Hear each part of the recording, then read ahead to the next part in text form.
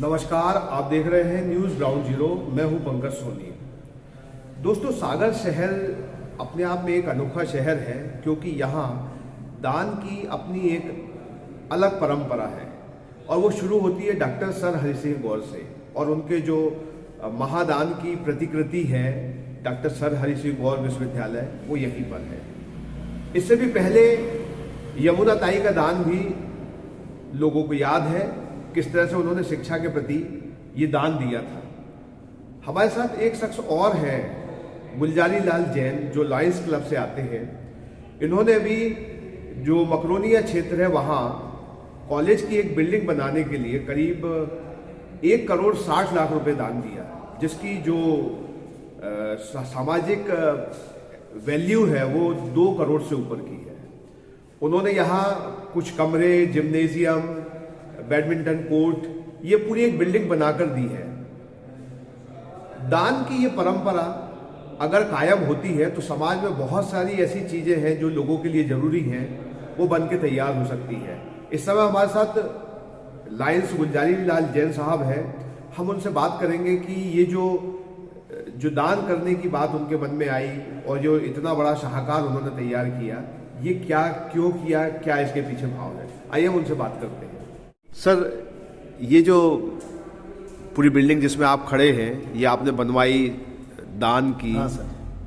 क्या भाव था इसके पीछे, कैसे दिमाग में आया कि इसको पीछे जाए 4 साल पीछे जाएंगे। यहाँ कॉलेज की प्रदीप लारिया विधायक द्वारा कॉलेज की मान्यता आ चुकी थी, किंतु कॉलेज की बिल्डिंग नहीं थी। उस कॉलेज बिल्डिंग के लिए हमारा एक अंकुर हायर सेकेंडरी स्कूल चलता है। ग्राउंड फ्लोर हमारा स्कूल चल रहा था, फर्स्ट फ्लोर हमारी बिल्डिंग पूरी खाली थी। तो मैंने कॉलेज में लारिया जी से कहा कि आप यहाँ कॉलेज चला सकते हैं जब तक आपकी खुद की बिल्डिंग नहीं बनी है। तो कॉलेज वहाँ चालू हुआ। उसके उद्घाटन के समय मैंने कहा था हम आपको 20 कमरे बना के देंगे। तो 20 कमरे बनाने के लिए हमने स्वीकृति दी, कॉलेज जगह सरकारी होगी तो 20 कमरे बना के देंगे।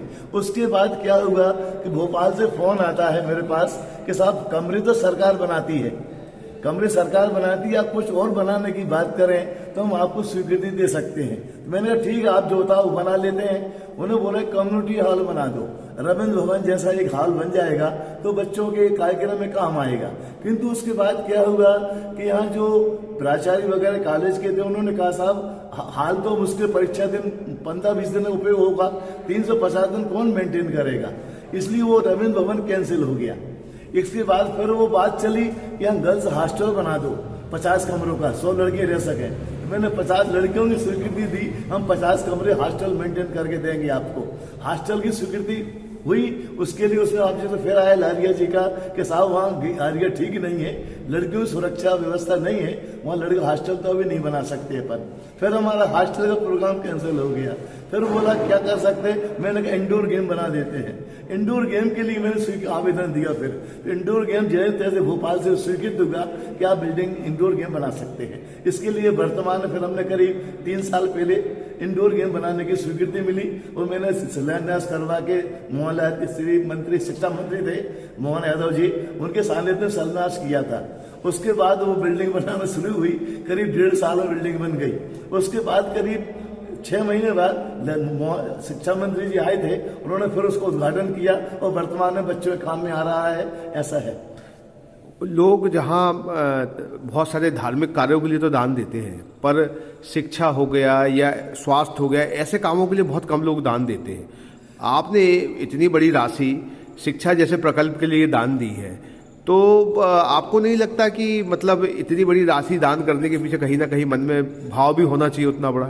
सर, मैं शिक्षा से जुड़ा हुआ हूँ। मेरे अंकुर स्कूल में, अंकुर कॉलोनी में एक हिंदी मीडियम में स्कूल चलता है जो लोअर क्लास से 10वीं तक चलता है। एक मैंने स्कूल खोला था दीनदयाल नगर में जो हायर सेकेंडरी स्कूल चलता है। उसके बाद वहाँ 9वीं से 12वीं चलता था, तो वहाँ भी 2 स्कूल शिक्षा जुड़े होने की वजह से घर के लोगों को भी प्रेशर था कि भाई मंदिर का दान तो समाज सब लोग करते हैं, अपन को स्वास्थ्य विभाग में, शिक्षा विभाग में दान करें तो अच्छी बात है। तो उस प्रेरणा से मैंने संपर्क किया कॉलेज के लोगों से कि साहब हम ऐसा कर सकते हैं। तो ऐसा करके निर्णय हो गया, ठीक है अब अपन शिक्षा एजुकेशन में दान करेंगे। तो मेरी जो प्राचार्य वगैरह हैं उनसे चर्चा हुई, उन्होंने उसकी स्वीकृति दी, ठीक है आप यहाँ कर सकते हैं। तो ऐसे करके मैंने पूजे अच्छा, ले लिया। ये जो स्वास्थ्य के लिए, शिक्षा के लिए दान है, इसके लिए आप लोगों से भी चाहते हैं कि लोगों के मन में इस तरीके के भाव आए कि कम से कम कुछ तो वो करें, इससे समाज का क्या लाभ होगा? हाँ, वैसे होना तो यही चाहिए कि शिक्षा विभाग लोगों की जो सरकार काम नहीं कर पाती है वो पब्लिक के सहयोग से काम होते हैं, जन भागीदारी से होते हैं, तो जन उपयोगी होते हैं। वो सरकार का खर्च भी कम आता है, बहुत कम खर्च में ये सेवाएं शुरू की जा सकती हैं, स्वास्थ्य विभाग में और शिक्षा विभाग में। मंदिर के लिए तो समाज खूब लगा हुआ है, चाहे जैन समाज हो, अन्य समाज हो, वो सब लगे हुए तो सब हेल्प करते ही हैं। बाकी शिक्षा में एजुकेशन लोग कम आगे आते हैं, इस सोच से लोगों आगे आना चाहिए। ऐसी प्रेरणा से मैंने एक प्रयास किया। अच्छा, बड़ी खूबसूरत सी बात है कि जो अभी वर्तमान में मुख्यमंत्री हैं मोहन यादव, तो वो उन्होंने ही इस जगह का जो आपने बनाया इसका भूमि पूजन भी किया, बाद में जब ये बन के तैयार हो गया तो उसका लोकार्पण भी वही करने आए। हाँ। तो ये कैसे संभव हुआ कि ये तो प्रदीप लारिया की वजह से संभव होगा।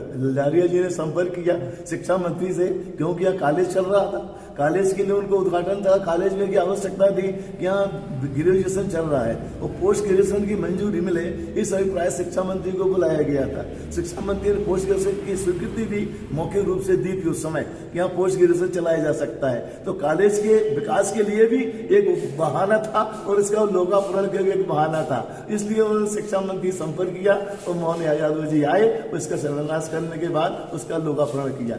हम उनका आभार मानते हैं। इसमें सर एक चीज देखेंगे आप, सर जो शिलान्यास हुआ है 7 जनवरी 2021 को हुआ है और जो उद्घाटन हुआ है वो 3 फरवरी 2023 को हुआ है, यानी कितने कम समय में इस चीज़ को किया गया है। ये अपने आप में एक बहुत अचीवेबल चीज़ है जो कितने कम समय में की जा सकती है। जी, एक दो सवाल अभी और है मेरे कि एक तो आगे आप क्या सोच रहे हैं कि और कहाँ किस जगह आप लगाना चाहते हैं, मतलब किस जगह दान का और यूज करना चाहते हैं?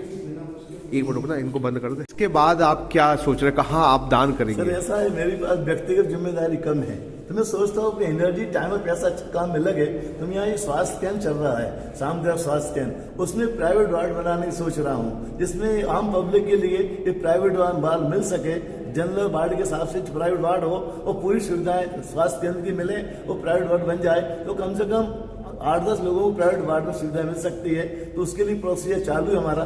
कुछ दिनों में उसकी मंजूरी मिलने के बाद मैं 4 कमरे में प्राइवेट वार्ड बनाऊंगा अस्पताल के लिए।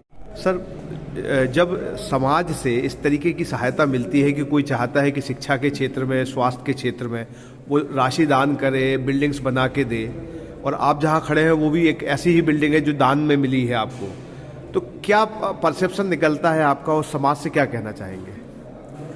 सागर दानवीरों की भूमि है, उन्हीं में से एक दानवीर हमारे जो है गुलजारी लाल जी जैन हैं, जिन्होंने 2 करोड़ रुपए की लागत से स्पोर्ट्स कॉम्प्लेक्स बनवाया है और इसके साथ साथ हमें जो है जिम में भी सहयोग किया है उन्होंने। तो समाज में एक मैसेज जाता है, समाज में एक प्रेरणा, समाज प्रेरित होता है दान करने के लिए। हमारे माननीय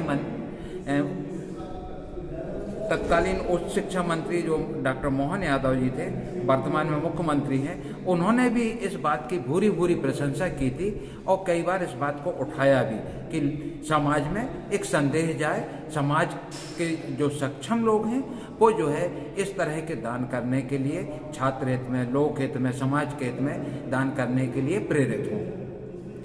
तो उम्मीद है आपको कि सागर में ये दान की परंपरा आगे भी बढ़ती रहेगी? निश्चित ही ये आगे बढ़ेगी। थोड़ा सा हमें मोटिवेट करना पड़ेगा, मिलना पड़ेगा, उद्देश्य बताने होंगे और मैं मानता हूँ कि इस तरह से अगर हम करते हैं तो हमें सफलता मिलती है और नए नए दानवीर हमारे सागर से जो है निकल के आएंगे और वो लोक हित में, देश हित में दान करने के लिए तत्पर हैं।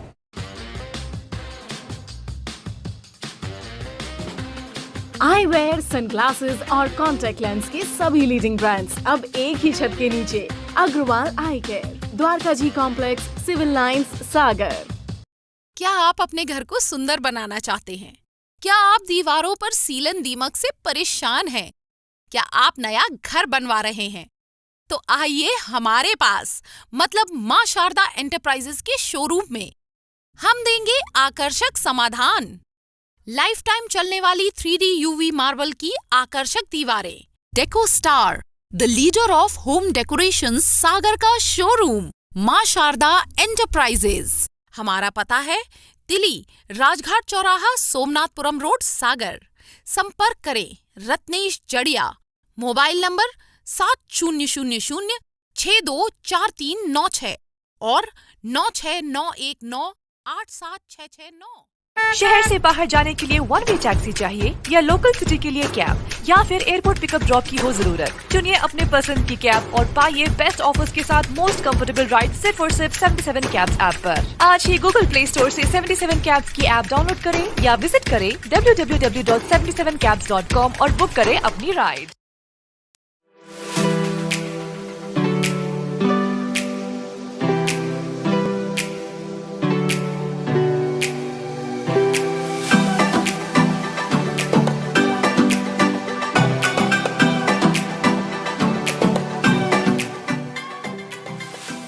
क्या आप महंगी दवाओं के खर्चे से परेशान हैं? अब इस चिंता से मुक्त हो जाइए। दवाओं के खर्चे में कीजिए 90% तक की बचत दवा इंडिया जेनेरिक फार्मेसी के साथ। उच्च गुणवत्ता और कम कीमत दोनों एक साथ। 1500 से अधिक दवाइयां उपलब्ध, सभी उत्पाद FDA द्वारा प्रमाणित।